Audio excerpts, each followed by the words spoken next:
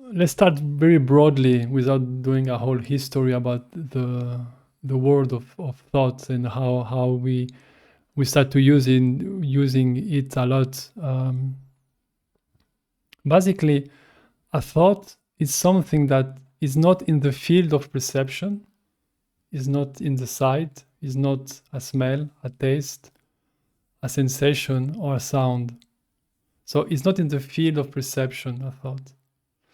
And is also not in the field of, I say sensation, but often when I talk about the field of perception, there is this belief that what you touch is outside of you. So sensation kind of outside. But it's also true for the sensation inside, right? What we call the body. A thought is not inside the field of sensations. So we don't know what is a thought, but what seemed to be clear, it's not in the field of perception and it's not in the field of sensing. So it doesn't have those attributes. So whatever it's outside of this, we kind of we use this broad concept, thought, and everything that is not in those two, which is perception and sensation, we just say it's a thought. Okay, just to say broadly. And this has in the West, it has become very strong, this differentiation between the thought and perception and sensation, in the sense that we have drawn some kind of strong line between what is physical, in the sense what you can perceive, touch, and feel, and what is a thought, which is immaterial, which is kind of psychological or consciousness somehow, somewhere. Somehow it seems to be very different categories. So because in the mind structure of the West, it's these boundaries seem very strong and obvious, and with all the consequences, which is it goes as far as some scientists, the physical, there's some science which is oriented only toward what is physical, and other science which is oriented only toward which is psychological or therapeutical, which is think of the mind. So that's where we begin with thought. Because with thought, in thought there is two very big categories. The first one, let's say, is a thought, it's concept, in the sense that the concept, it's what a thought is made of. You know, a concept, it's kind of the building blocks of the activity of thinking. And there is a whole dimension that is completely imaginary, in the sense that we use concepts that do not relate to an actual perception that you're having in the moment. For example, language was developed at the beginning to orient ourselves in space, in the sense that if I need to talk to you to tell you where is a tiger, I will tell you, look, there is a tree, and behind the tree there is a rock. Behind this rock there is a tiger. So the concept I use refer to actual clear object that I can see, perceive, and touch. Okay, this is the first category, which is more direct in a way, because it refers to things you can actually see in your experience. Okay, the other one, it's pure imagination. It has its use, but this pure imagination was developed for a social purposes, which goes from money, like money, it's completely conceptual. The paper is not, but the value we put on this paper, the whole concept of money that exists, it's a thought, it's a concept, it's a social concept for the purpose to live as human beings. Okay, and it's the same with countries. like any country you take, if you take a map, you can find you can see a line that is drawn on the paper. But if you go physically on the place, you will not see a line. There is no line. If you see a line, it's it's made up by something, right? by rocks or paint. But the projection of this is a border, this is a country, this is completely in imagination. There is no roots in actual perception. Passport, university, diplomas, all of this, it's completely in the dimension of imagination. So I just wanted to very be specific about those two dimensions in thought. So the first one is, I hope, easy to perceive, which is all of these concepts, social concepts that we have built.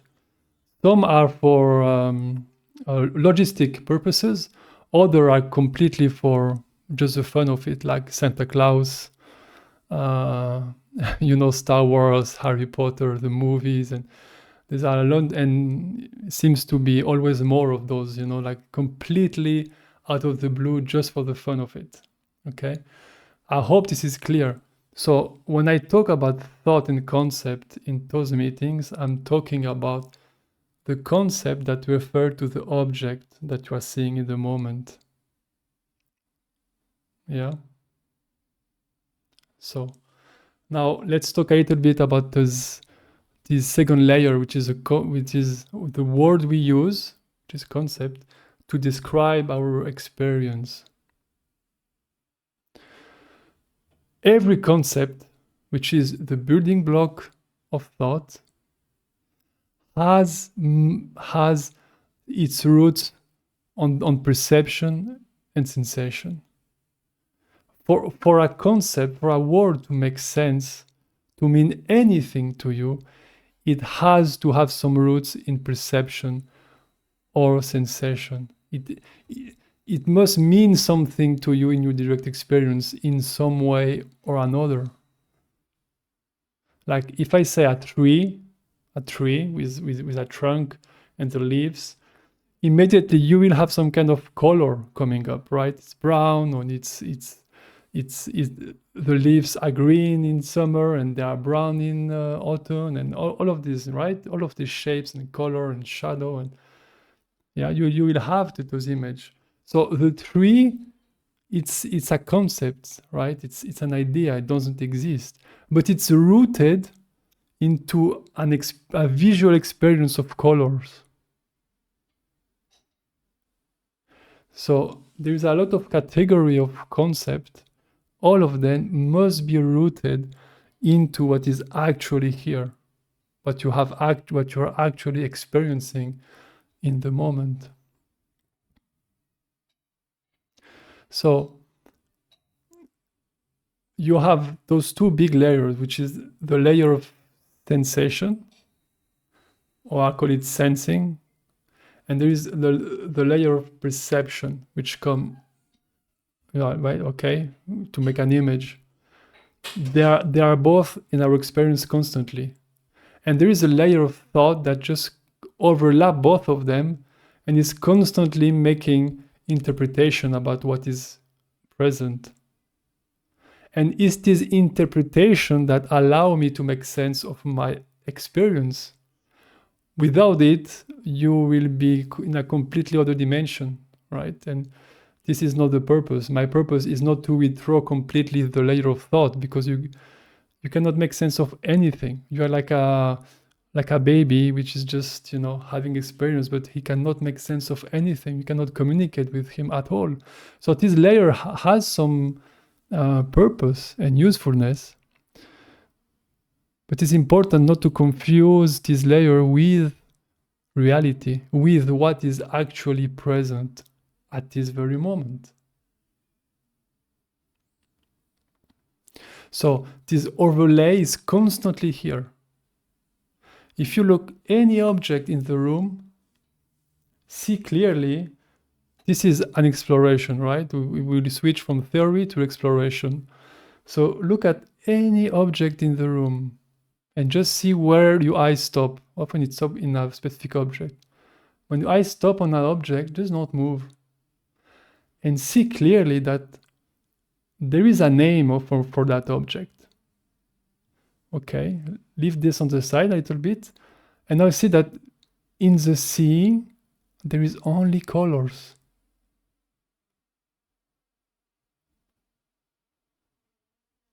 And most probably, the object that you are seeing, the mind will say this is one single object out there in space, is not moving, and I know what it is. This is kind of the narration of the layer of thought.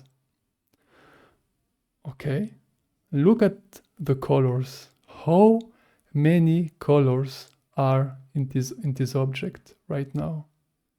Look at the bright side. Look at the dark side.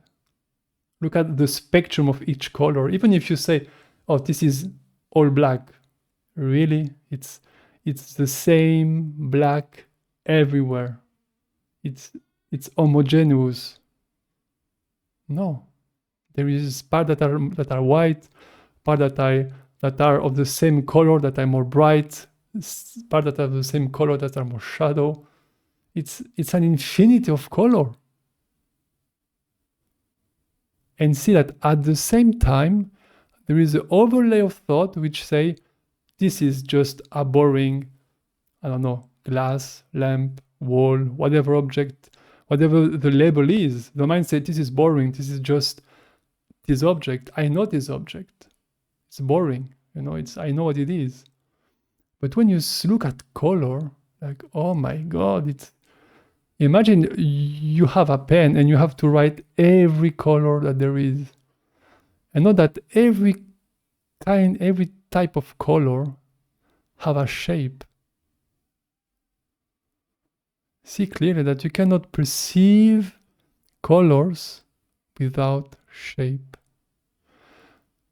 So see that the single object that the mind pretends that is just one object out there, it's made of an infinity of colors and an infinity of shapes.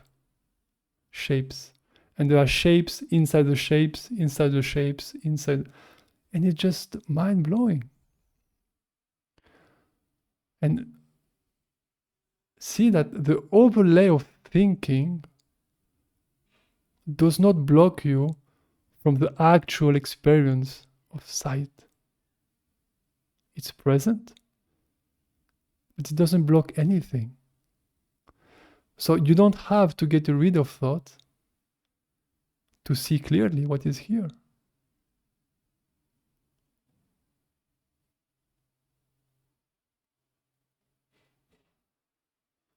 Now close your eyes. We did only one of the five senses of perception, but later on you can play with all of the senses like this, with sound, taste and smell, and also touching objects. It's so good. But now we will explore the body sensation, the field of sensing. Just feel the sensation as they are in the moment. This is not about changing anything.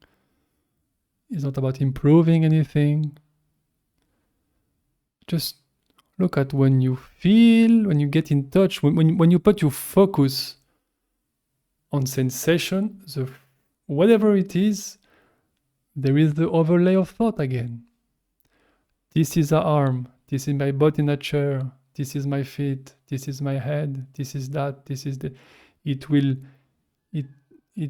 non-stop overlay concept upon the actual sensing experience. So we will do the same exploration, scan the field of sensing, and naturally often there is one sensation we just, the focus kind of stay on. Whatever it is, stay with that. If you cannot find any sensation that you can stop, you can focus on the button on the chair or any other, it's fine.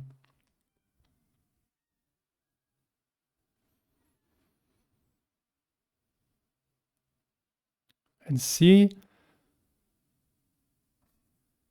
how the thinking activity directly it's shouting, this is a chair, this is a butt, this is a hand, this is whatever. This is its narration. So okay, don't get rid of it. Remember, thought is not hiding anything. Simply be sensitive and tuned to the actual sensation.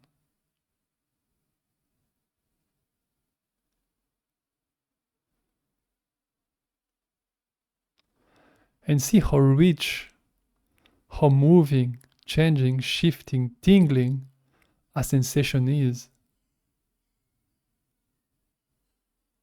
See clearly the difference between the thought definition of the sensation and the actual direct experience of sensation.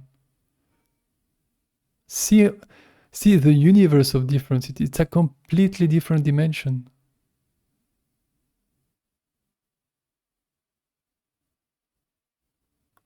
And we haven't changed anything. We haven't manipulated thought. We haven't changed whatever narration thought have. We haven't changed anything about sensation, trying to relax, trying to straighten, nothing. It is just being clear with what is present.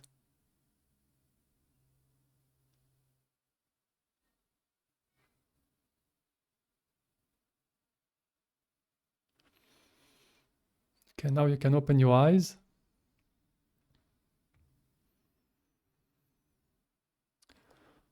So, this was an introduction with to understand and experiment what is the nature of the thought.